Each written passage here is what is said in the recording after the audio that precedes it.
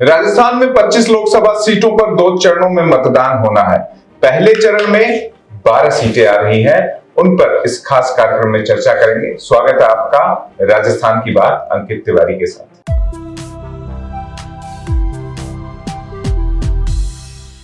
राजस्थान चौक के आप नए दर्शक हैं तो सब्सक्राइब कर लीजिएगा। आज इस चर्चा में हमारे खास मेहमान हैं वरिष्ठ पत्रकार और राजस्थान और दिल्ली की सियासी हलचलों को आप तक पहुंचाने वाले विवेक श्रीवास्तव। स्वागत है विवेक जी। 12 सीटों पर राजस्थान चौक की मौजूदगी है। ग्राउंड रिपोर्ट्स के जरिए जनता क्या सोच रही है हमने दिखाया है, लेकिन एक पत्रकार के मन में क्या है उस पर भी चर्चा कर लेते हैं। उनकी नजर में क्या लगता है कि 12 सीटों में से सत्ता के समीकरण, सियासी हालात क्या कह रहे हैं। सबसे पहले बात सियासत के लिहाज से ही कर लेते हैं चूरू की। जाटलैंड है, प्रधानमंत्री नरेंद्र मोदी। इसके अलावा बात करें तो पूरी बीजेपी का फोकस उस क्षेत्र पे है। राहुल कसवा उनके ही व्यक्ति थे जो अब दूरी बना चुके हैं, पूरी ताकत से मैदान में डटे हुए। एक तरफ खिलाड़ी है, दूसरी तरफ राजनीति के खिलाड़ी है। क्या लगता है भाला दूर तक जाएगा या राजनीति उनका कैरियर बनने से पहले ही समाप्त कर देगी? देखिए अंकित, चूरू में जो मुकाबला अभी मैदान पे नजर आ रहा है, प्रधानमंत्री नरेंद्र मोदी के आने के बाद चूरू में जरूर बीजेपी के लिए कुछ फायदेमंद हुआ है, लेकिन अभी भी वहां जो मुकाबला है वो राहुल कसवा वर्सेस राजेंद्र राठौड़ बना हुआ है। देवेंद्र झाझड़िया अभी मैदान में उतर तो चुके हैं, लेकिन न राहुल कसवा उन पे टारगेट कर रहे हैं, न वो कहीं नजर आ रहे हैं। राहुल कसवा का सीधा टारगेट एक ही है, राजेंद्र राठौड़।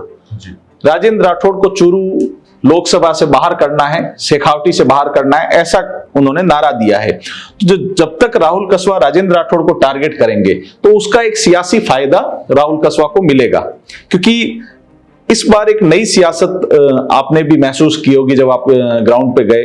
तो जो अधिकतर जाट हैं, जो जाट कम्युनिटी है, वो बीजेपी से इस बार थोड़ी दूर नजर आ रही है। अब इसके क्या कारण हैं ये बीजेपी को देखना होगा। तो वो इकट्ठे होकर अगर राहुल कसवा के साथ जाता है, देवेंद्र झाझड़िया भी हालांकि जाट है, लेकिन वो वोट अगर इकट्ठा राहुल कसवा, जिसके साथ सिंपैथी है कि इनकी टिकट कट गई, इनकी टिकट राजेंद्र राठौड़ ने कटवाई। राहुल कसवा ये बात चूरू के हर मतदाता तक पहुंचाने में कामयाब रहे हैं कि टिकट जो कटी है वो सिर्फ और सिर्फ राजेंद्र राठौड़ ने कटवाई है। वो वहां के लोकल भाषा में कहते हैं काका जी ने कटवाई है। तो जब तक मुकाबला देवेंद्र झाझड़िया वर्सेस राहुल कसवा नहीं होगा, तब तक बीजेपी को वहां फायदा मिलने की उम्मीद कम है। देवेंद्र की सादगी, उनका दिव्यांग होना, एक गरीब किसान परिवार से होना, हालांकि अपने कौशल के दम पर, अपने खेल के दम पर अब वो उस श्रेणी से ऊपर उठ गए हैं।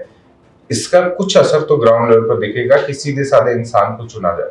बिल्कुल, उसका असर वो हो रहा है। प्रधानमंत्री नरेंद्र मोदी जब आए तो रैली में आपने देखा होगा, नरेंद्र मोदी ने उनकी प्रशंसा भी की। उन्होंने ये भी कहा कि जब मैं 2 साल पहले मिला था तभी मैंने देवेंद्र को एक इशारा दिया था और देवेंद्र ने भी उसको मन से स्वीकार किया कि मुझे कहा था कि तुम्हें मौका मिलेगा। उसके साथ ही एक नारा दिया कि देश में दिल्ली में नरेंद्र और चूरू में देवेंद्र जी। तो कहीं न कहीं वो एक बड़ी बात मोदी वहां के कह के गए हैं। प्रधानमंत्री अक्सर बिल्कुल कम लोगों को जोड़ते हैं, देवेंद्र झाझड़िया को बिल्कुल उन्होंने बिल्कुल साथ जोड़ा और एक इशारों में उन्होंने बड़ी बात कही कि आप चूरू से दिल्ली भेजिए, बाकी मेरी जिम्मेदारी है। खिलाड़ी हैं, और फिर उन्होंने खिलाड़ियों को जोड़ते हुए भी आगे बात कही कि खिलाड़ियों के लिए भी अवसर आगे आने वाले समय में बहुत होंगे, जिन्होंने देश के लिए मान सम्मान कमाया है जी। तो कहीं न कहीं ये एक इशारा हम मान सकते हैं कि ये चूरू की जनता को मैसेज दिया है कि अगर देवेंद्र जीतते हैं तो अगली मोदी सरकार में वो मंत्री के रूप में भी शामिल हो सकते हैं। तो कहीं न कहीं उसका एक असर जरूर है, लेकिन फिर से वही बात कि जब तक मुकाबले में देवेंद्र झाझड़िया वर्सेस राहुल कसवा नहीं होगा तब तक वो फायदा मिलने की उम्मीद कम है। सबसे चर्चित सीट नागौर की बात कर लेते हैं। नागौर आपके दिल के करीब भी रहा है। इस बार सियासत अलग रूप ले चुकी है। जैसा चूरू में है, चूरू से उलट मुकाबला नागौर में है। कांग्रेस से बीजेपी में आई ज्योति मिर्धा और एनडीए से एक तरीके से कांग्रेस के समर्थन पर लड़ रहे हनुमान बेनीवाल, उनमें मुकाबला है। ये टक्कर सियासी भी है और राजस्थान की क्षेत्रीय राजनीति के लिहाज से अहम है, मिर्धा परिवार के लिए भी उतनी जरूरी है। वहां क्या समीकरण बनते हुए आपको दिखाई दे रहे हैं? जी बिल्कुल, नागौर में स्थिति इस बार 2019 के ठीक विपरीत है। 2019 में जो इधर खड़ा था वो आज उधर है, और जो उधर खड़ा था वो आज इधर है जी। हनुमान बेनीवाल जब एनडीए के उम्मीदवार थे तो जीते 2019 में, अब वो उन्होंने एनडीए छोड़ा और इंडी गठबंधन में शामिल हो गए हैं। बतौर इंडी गठबंधन के प्रत्याशी नागौर में चुनाव लड़ रहे हैं। वही ज्योति मिर्धा जो नागौर में बाबा की बेटी के नाम से मशहूर हैं, वो बीजेपी से उम्मीदवार हैं। करीब करीब मिर्धा परिवार आधा बीजेपी में आ चुका है जी। ज्योति मिर्धा इस बार काफी समय दे रही है नागौर में। वो एक एक मुद्दे पे बात कर रही हैं, और माने न माने हनुमान बेनीवाल को पहली बार नागौर में घेर दिया है, वरना हनुमान बेनीवाल समय निकालते थे। पिछली बार अगर अपन बात करें, यही 2019 का चुनाव था, यही समय था, तो हनुमान बेनीवाल अन्य सीटों पर जाते थे कैंपेन करने जी। लेकिन इस बार आपने महसूस किया होगा, देखा होगा कि नागौर को वो छोड़ नहीं पा रहे हैं। तो मामला काफी टाइट है, क्योंकि दोनों ही पार्टियों में एक समस्या दोनों के साथ है। जो कांग्रेस के नेता हैं वो हनुमान बेनीवाल के साथ उतने सहज नहीं है जितना इजीली होना चाहिए, क्योंकि कहीं ना कहीं सबको डर है कि वो कैंडिडेट खड़ा करके उनको हरवा चुके हैं कई जगह। महेंद्र चौधरी और हनुमान बेनीवाल अब तो करीब साथ साथ घूम रहे हैं, लेकिन जो उनकी अदावत है वो किसी से छुपी नहीं है। क्षेत्र में सीटें तो कांग्रेस और एलपी के पास ज्यादा है बीजेपी के मुकाबले। बिल्कुल सीटें ज्यादा है, लेकिन अंकित में भी यही हाल था। एक तो जहां चूरू में मोरिया बोलने की बात है, नागौर में मामेरा बढ़ने की बात, मायरा बढ़ने की वो चल रही है। लेकिन देखिए, इस चीज से डिवाइड दो कम्युनिटी तो हो जा रही हैं। अब अगर नागौर में जाट पूरा इकट्ठा होके अगर केवल हनुमान बेनीवाल को वोट देता है, तभी हनुमान बेनीवाल की पार पड़ती दिख रही है। इसकी संभावना कम है। इसकी संभावना कम है, क्योंकि ज्योति मिर्धा के साथ भी रिचपाल मिर्धा, विजयपाल मिर्धा अपनी लेगेसी भी है, और जो बीजेपी ने एमएलएस को टाइट किया है उसके बाद से वो सब दौड़ने लगे हैं। सीआर चौधरी भी मेहनत कर रहे हैं, उन्हें बोर्ड चेयरमैन बनाया गया है। तो नागौर में बीजेपी चूंकि सत्ता में है, केंद्र में भी है और राज्य में भी है, तो उसका एक फायदा ज्योति मिर्धा को मिलता हुआ नजर आ रहा है। लेकिन हनुमान बेनीवाल भी मजबूती से डटे हुए हैं और यहां मुकाबला काफी करीबी होने की संभावना है। जी, सीकर की बात कर लेते हैं। कांग्रेस ने लेफ्ट के साथ गठबंधन कर लिया है, इंडी अलायंस की पहल उन्होंने दिखाई है, और ये इन दो सीटों में कहें तो एक महत्वपूर्ण सीट सीकर भी है, जहां पर सीधे तौर पर एक आंदोलनजीवी और एक धर्म के पुजारी का मुकाबला जबरदस्त तरीके से है। क्या लगता है, सीकर का समीकरण शेखावाटी में जिस तरीके का दम गोविंद सिंह डोटासरा भर रहे हैं वो असरकारक होगा, या सीकर की सीट सेफ जोन बीजेपी मानकर चल रही है? देखिए अंकित, आपने अपने पहले सवाल में ही इसका पूरा जवाब दिया है। कांग्रेस ने इस सीट को लेफ्ट को नहीं दिया है, कांग्रेस ने इस सीट को लेफ्ट कर दिया है। चुनाव करना था, लेफ्ट कर दिया। जी जी बिल्कुल जी। क्योंकि अमरा राम हालांकि अच्छे उम्मीदवार हैं, आंदोलन करने के लिए जाने जाते हैं, लेकिन आप देखिए लगातार लेफ्ट का ग्राफ राजस्थान में गिरता जा रहा है। वो अभी हाल ही में विधानसभा चुनाव लड़े, महज 20,000 वोट आए। मैं तो आज तक नहीं समझ पाया कि महज 20,000 वोट लेने वाले अमरा राम को किस आधार पे कांग्रेस ने उम्मीदवार बतौर गठबंधन भी स्वीकार किया, क्योंकि कांग्रेस के पास वहां पे काफी विकल्प काफी थे, क्योंकि कांग्रेस की सीटें हैं वहां पे जी। 8 में से 5 पे कांग्रेस है वहां पे। प्रदेश अध्यक्ष खुद, बिल्कुल, प्रदेश अध्यक्ष गोविंद सिंह डोटासरा हैं, सीकर से राजेंद्र पारीक हैं, हाकम अली हैं। इस तरह से 5 सीटें सीकर में कांग्रेस के पास होने के बावजूद ये गठबंधन में गई। लेफ्ट के साथ गठबंधन में सबसे बड़ी समस्या जो अमरा राम के साथ है कि अमरा राम लगातार चुनाव लड़ते हैं चौधरी नारायण सिंह के सामने। उनके बेटे वीरेंद्र चौधरी वीरेंद्र अभी लगातार दूसरी बार एमएलए हैं। वो कैसे स्वीकार करेंगे इनको, उनके साथ समस्या है। फिर लेफ्ट का सिंबल जब मशीन में होगा, जिससे मतदाता लगातार दूर होता चला गया। सीकर में एक समय था कि शेखावटी में 2-2 सीटों पे लेफ्ट हुआ करती थी, लेकिन धीरे धीरे वो खत्म हो गया। अब मतदाता कैसे उस लेफ्ट के सिंबल पे जाएगा, ये बड़ा मुश्किल है। और कांग्रेस का कैडर जितना उम्मीद थी कि जैसे कांग्रेस का अगर उम्मीदवार लड़ता वो लगता, तो वो नहीं लगा है ग्राउंड पे। लेफ्ट की ओर से जो उम्मीदवार है अमराराम घूम रहे हैं, उनके साथ विधायक कभी कभार नजर आते हैं, लेकिन मैं ये कहूंगा कि जो आज की स्थिति है उसमें स्वामी सुमेधानंद को काफी राहत है। जी, करौली धौलपुर ऐसी सीट है, इंदु देवी जाटव और भजनलाल जाटव दोनों में मुकाबला है। सीट बीजेपी के पास रही। मनोज राजौरिया वहां से सांसद थे, टिकट कटने वाली लिस्ट में शामिल हो गए। अब वहां पर क्या हालात देख रहे हैं आप? क्या मुकाबला होता हुआ दिखाई दे रहा है या फिर ये सीट बीजेपी की ओर जा रही है? करौली धौलपुर की अंकित मैंने जो जानकारी ली उसमें यह है कि कांग्रेस ने न जाने क्यों भजनलाल जाटव जो भरतपुर से संबंध रखते हैं उन्हें धौलपुर करौली ले जाके उतारा। चूंकि जाटव को ऑलरेडी भरतपुर में उम्मीदवार बनाया है कांग्रेस ने, तो वो सीट बैरवा को कांग्रेस अधिकतर ये उम्मीद थी कि बैरवा को देगी, लेकिन वो नहीं हुआ।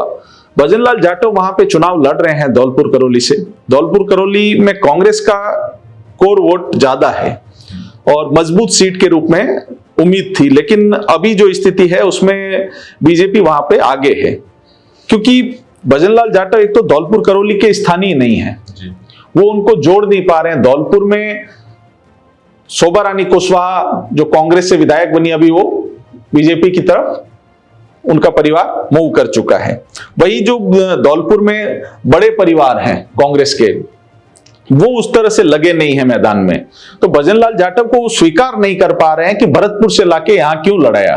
धौलपुर करौली के जो नेता हैं वो भी उस तरह से मेहनत नहीं कर रहे हैं, तो यहां पे भी बीजेपी को एज मिलता हुआ नजर आ रहा है। एक बड़ी सीट झुंझुनू हो जाती है और झुंझुनू चर्चा में भी है। शुभकरण चौधरी झुंझुनू की सीट के दावेदार बने हैं। एक नेता है जो उनके खिलाफ जन जागरण रैली कर रहे हैं, जो लाल डायरी के नाम से भी मशहूर हुए, और उनका मुकाबला विजेंद्र ओला से है। कांग्रेस परिवार झुंझुनू में हमेशा से ओला परिवार के आधार पर ही जाना जाता रहा है। इस बार मुकाबला टफ भी माना जा रहा है और चुनौती देते हुए विजेंद्र ओला बीजेपी के कैंडिडेट को साथ दिख रहे हैं। पिछली बार यहां पर नरेंद्र कुमार थे, अब की बार इनकी टिकट भी कट गई। झुंझुनू में देखिए जो परिस्थितियां बनी शुभकरण चौधरी को टिकट देने के बाद जी, वो बीजेपी के लिए काफी नुकसानदायक है, क्योंकि शुभकरण चौधरी अपने बयानों के लिए ज्यादा मशहूर हैं। कुछ जातिगत टिप्पणियां हो या वहां पे कुछ टोल विवाद हो, उनको लेकर वो काफी चर्चा में रहे हैं। ब्रिजेंद्र ओला की छवि वहां पे एक सामान्य और एक अच्छे भले आदमी वाली कही जाती है, क्योंकि ओला परिवार लंबे समय तक झुंझुनू का प्रतिनिधित्व किया है।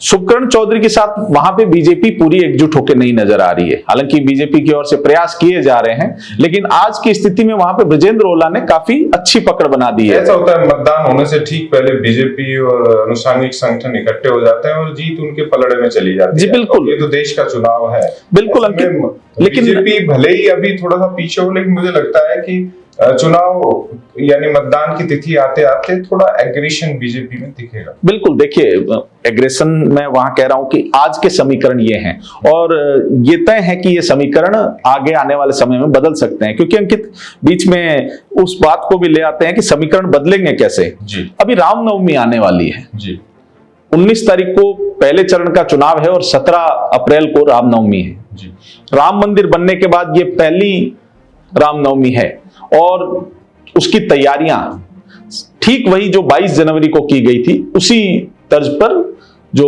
हिंदू संगठन है वो शुरू कर चुके हैं। उससे पहले जागरण होंगी, जागरण में बड़े कलाकारों को बुला के एक शाम श्री राम के नाम इस टाइप से होंगे, तो वो जो माहौल बनेगा फिर उसको तो अपन आकलन अभी नहीं कर सकते कि उस दिन क्या माहौल होगा, क्योंकि 17 को पूरा राजस्थान भगवा में झंडियों से भर जाएगा और 19 को मतदान है, तो राम वाली भावना जग गई तो फिर तो कुछ भी हो सकता है। जी, राम जी करेंगे बेड़ा पार। जी, एक महत्वपूर्ण सीट गंगानगर की भी है, एससी सीट है।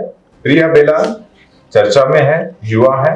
कुलदीप इंदौरा अनुभवी भी है लेकिन सुस्त लगे हुए हैं। क्या लगता है आपको कि गंगानगर में इस बार कुछ परिवर्तन भाजपा कर सकती है? क्योंकि ये गंगानगर हनुमानगढ़ का इलाका पंजाब से लगता हुआ है और किसानी से भी सीधे तौर पर जुड़ा हुआ है। वहां पे मुद्दे भी है और चर्चा में भी इसलिए है कि पहले चुनाव में ही वहां पर कांग्रेस ने बाजी मारी, मंत्री को हराया गया, उसके बाद से चर्चाएं तेज हो गई।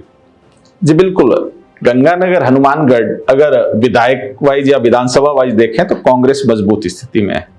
लेकिन देखिए अंकित, इसे क्या कहेंगे कि गंगानगर हनुमानगढ़ में जो कांग्रेस और बीजेपी दोनों के उम्मीदवार हैं वो दोनों ही उस लोकसभा के नहीं है, दोनों ही अनूपगढ़ से ताल्लुक रखते हैं।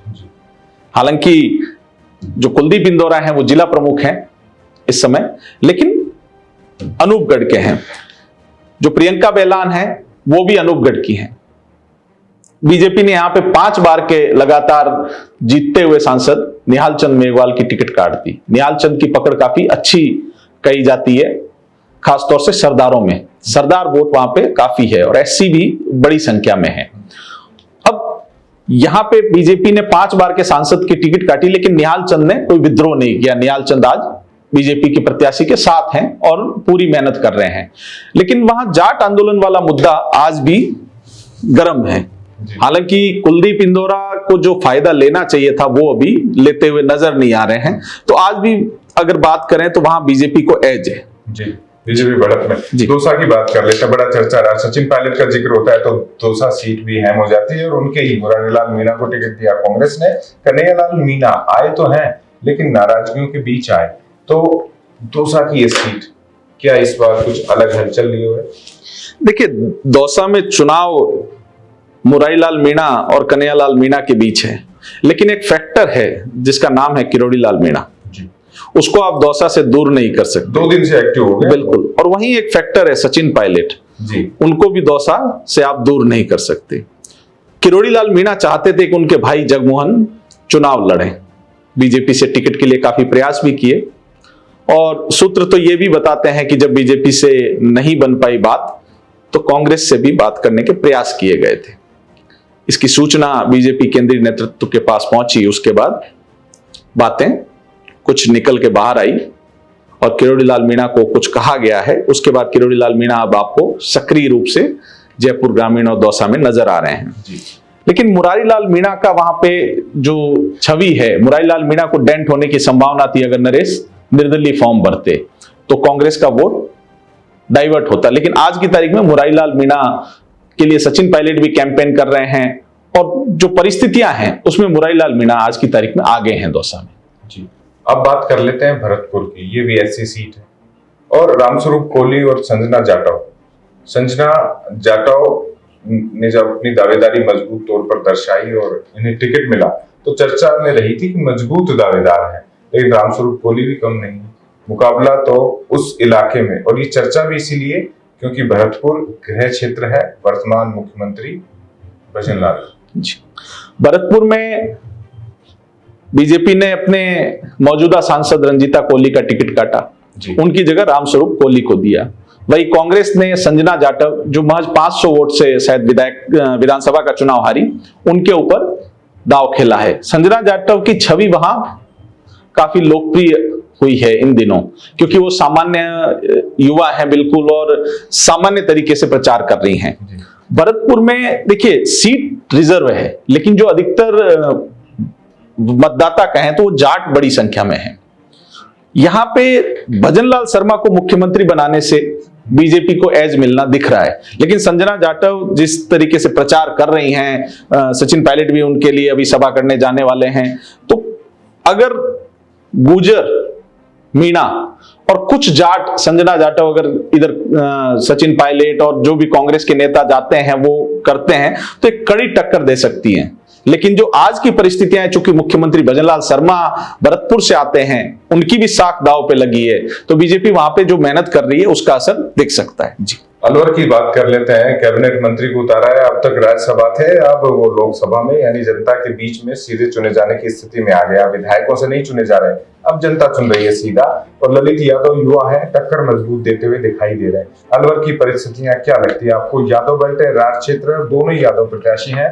हालांकि यादव के लिहाज से मैं खुद वहां जाकर आया था, मुझे लग रहा है कि यादव जो मतदाता है वो थोड़ा तरजीह बीजेपी के नेता को ज्यादा दे रहे हैं, क्योंकि उनका ओरा बड़ा है, कद बड़ा है, संभावना उनमें ज्यादा लग रही है। देखिए, अलवर में मुकाबला ललित, हालांकि कांग्रेस मुकाबले में अलवर में आती नहीं है, लेकिन इस बार मुकाबले में नजर आ रही है। ललित यादव की अच्छी छवि है, हाल ही में वो अच्छे वोटों से विधायक जीते, लेकिन भूपेंद्र यादव का कद बड़ा है। और जो दिल्ली से सटा अलवर है, तो वहां का मतदाता जो है वो काफी राजनीतिक रूप से कहें तो दिल्ली के नजदीक का पानी पीने से वो राजनीतिक रूप से काफी समझ रखते हैं। वो पानी तो मैंने पिया, लेकिन मुझे समझ नहीं आ पाई। नहीं, मैंने वहां पे बात की अलवर के लोगों से। आपने पहले टिकट वितरण होते ही जो कांग्रेस में जो करण सिंह यादव थे, बलवीर सिंह चिल्लर थे, वो लोग काफी छोड़ गए। अगर आए हैं तो कांग्रेसी अलवर से ही बीजेपी में आए। जी बिल्कुल। वहां पे दो चीजें हैं।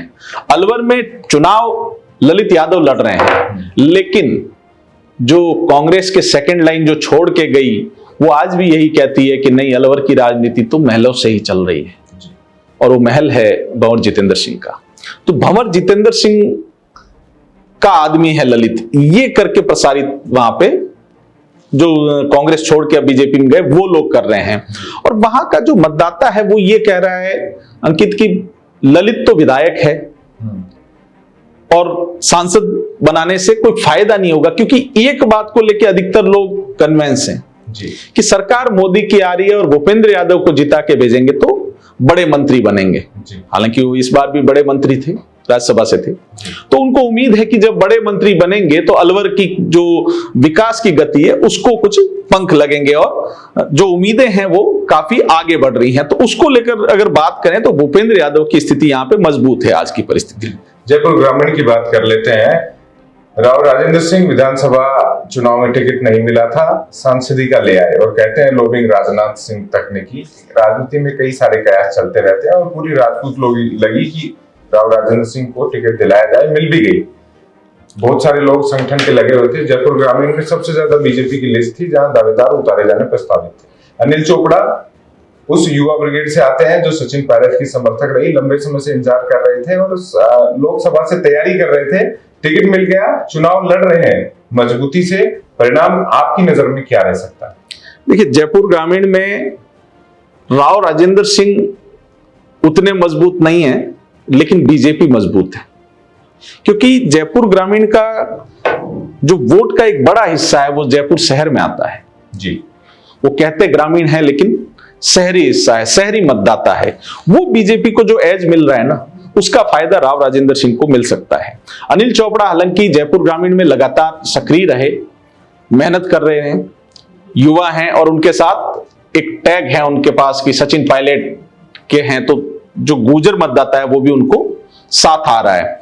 राव राजेंद्र सिंह की मजबूती यहाँ पे बीजेपी की मजबूती है। बाकी यादव जाट जी, ये एक समीकरण बन रहा है। बैठता है तो उन्हें अंदाजा है कि भाई कड़ी टक्कर दे, कड़ी टक्कर। इसी कारण अनिल आज मुकाबले में है।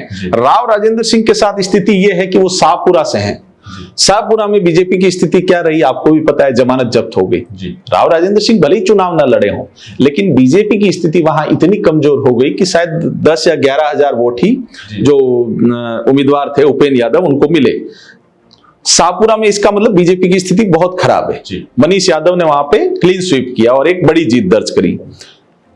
मनीष यादव भी पूरी मेहनत कर रहे हैं अनिल चोपड़ा के लिए, लेकिन जो नुकसान होने की संभावना है वो जोटवाड़ा में होने की है। जोटवाड़ा मतदाताओं के लिहाज से बहुत बड़ी संख्या है यहां पे, और जोटवाड़ा पूरा शहर में आता है, तो उसका भरपाई कहां तक करेंगे, क्योंकि और जगह से वो इतनी लीड ये तोड़ नहीं पाएंगे, ये बड़ा मुश्किल है। यहां पे कितनी लीड तोड़ते हैं उस पे अनिल का जो परिणाम है वो निर्भर करेगा। लेकिन ये कह सकते हैं कि अनिल चोपड़ा आज मुकाबले में है और यहां कड़ी टक्कर मानी जा रही है। जी, जयपुर शहर की बात कर लेते हैं। एक तरफ टिकट मिलते ही हारे हुए दर्शाने वाले प्रत्याशी हैं, दूसरी तरफ एक कार्यकर्ता से बड़े पद पर पहुंचे। आज भी पूरे भारत और राजस्थान में सम्मानित नेता भंवर लाल शर्मा की पुत्री मंजू शर्मा को टिकट मिला है। मंजू शर्मा पहले से ही दमदार है, शहरी क्षेत्र है और बीजेपी काबिज है इन अधिकतर विधानसभा क्षेत्रों में। क्या लगता है आपको, कहीं टक्कर में है प्रताप, या बस देखिए वाला डायलॉग जो उन्होंने कहा था, प्रताप से लड़ अकेला है, प्रताप सिंह अकेला है? बिल्कुल, मैं उस बात से सहमत हूं जो प्रताप सिंह है, उनके बाद ढेला भी है, नहीं, मैं कह सकता हूं। पैसा और ढेला दोनों है, लेकिन प्रताप सिंह को भी पता है जी कि परिणाम क्या है, बहुत अच्छे से पता है। जयपुर शहर में जिससे भी क्या पूछो, राजस्थान की सबसे ज्यादा मतों से जीते जाने वाली सीट? बिल्कुल ये रिकॉर्ड बना सकती है, इसमें कोई दो राय नहीं अंकित, क्योंकि जयपुर शहर में एक तरफा माहौल है, उसमें कोई दो राय नहीं है। और प्रताप सिंह इस बात को जानते हैं। प्रताप सिंह बार बार यही बात इसीलिए कह रहे हैं। और दूसरा सबसे बड़ी चीज है कि शहरी मतदाता और बिल्कुल सामान्य उम्मीदवार बीजेपी ने दे दिया, तो इनके खिलाफ कोई एंटी इनकम्बेंसी नहीं है। ये पहला है जहाँ विरोध भी नहीं हुआ। जी बिल्कुल, पूरा साथ दिख रहे हैं। बिल्कुल। हालांकि सिविल लाइंस से जो विधायक है गोपाल शर्मा और अरुण चतुर्वेदी जब इस दौरे पे निकले तो उनमें आपस में टक्कर हुई थी। वो बीजेपी के लिए ठीक नहीं है। हालांकि वो उनकी आपसी अदावत कार्यकर्ताओं तक नहीं जाए इस चुनाव में, वो ज्यादा अंकित बीजेपी में एक चीज अभी तक ठीक है कि नेता लड़ते हैं लेकिन कार्यकर्ता वहीं रहता है जी, वो सिंबल छोड़ के नहीं जाता है। कार्यकर्ताओं की वजह से ही बिल्कुल शर्मा जीते। जब तक संगठन बीजेपी का मजबूत है तब तक नेताओं के जाने और आने से कोई ज्यादा खास फर्क पड़ता नहीं है जी। कांग्रेस में क्या होता है कि दो नेता लड़ते हैं तो तुरंत दो गुट हो जाते हैं, इसके समर्थक इस साइड, उसके समर्थक उस साइड जी, और वो कोई भी फैसला ले सकते हैं। लेकिन जो बीजेपी का वोटर है, साइलेंट वोटर है, शहर में तो साइलेंट वोटर है। किसी से मैंने कई लोगों से बात की तो वो केवल जय श्री राम बोल के निकल ली। इसका मतलब वोट की गारंटी है। जी तो यही है, हमने पहले चरण की 12 सीटों का एक सटीक विश्लेषण किया है मतदाता की नजर में। आम मतदाता क्या सोच रहा है, आम नागरिक क्या सोच रहा है। मुद्दे बहुत सारे हैं, उन मुद्दों पर फिर हम जाएंगे। लेकिन इस वक्त ग्राउंड लेवल पर जो हकीकत है, टक्कर कुछ जगह कांग्रेस देती हुई नजर आ रही है। ये अच्छी बात है क्योंकि पिछले 2 चुनाव में 0 पर अटकी। अब की बार सत्ता नहीं है, फिर भी जोश है। लेकिन कार्यकर्ताओं की बात करें तो प्रत्याशी अपने दम पर सारी भीड़ खींचने की कोशिश कर रहा है। कांग्रेस शीर्ष नेतृत्व में और केंद्र के नेतृत्व में हारी हुई लग रही है। हर जगह कह रही है कि उनके खाते सीज हैं। लेकिन चुनाव है, चुनाव में प्रत्याशियों ने ठान लिया है कि उन्हें चुनाव लड़ना है और जीत के पास पहुंचना है, पार पहुंचना है, और नहीं तो कम से कम अंतर तो कम करना है। हम फिर दूसरे चरण में बात करेंगे 13 अन्य सीटों की, क्या रहेंगे वहां के समीकरण। फिलहाल के लिए हम लेते हैं हमारे वरिष्ठ साथी विवेक श्रीवास्तव से विदा। Thank you so much Rajasthan Chowk से जुड़ने के लिए। तो राजस्थान की बात अंकित तिवारी के साथ कार्यक्रम में फिलहाल के लिए इतना ही। आप नए दर्शक हैं तो सब्सक्राइब जरूर कर लीजिएगा, बेल आइकॉन भी दबाइएगा, घंटी बजेगी तो आप तक हमारी खबर पहुंचेगी। फिलहाल के लिए इतना ही, शुक्रिया, नमस्कार।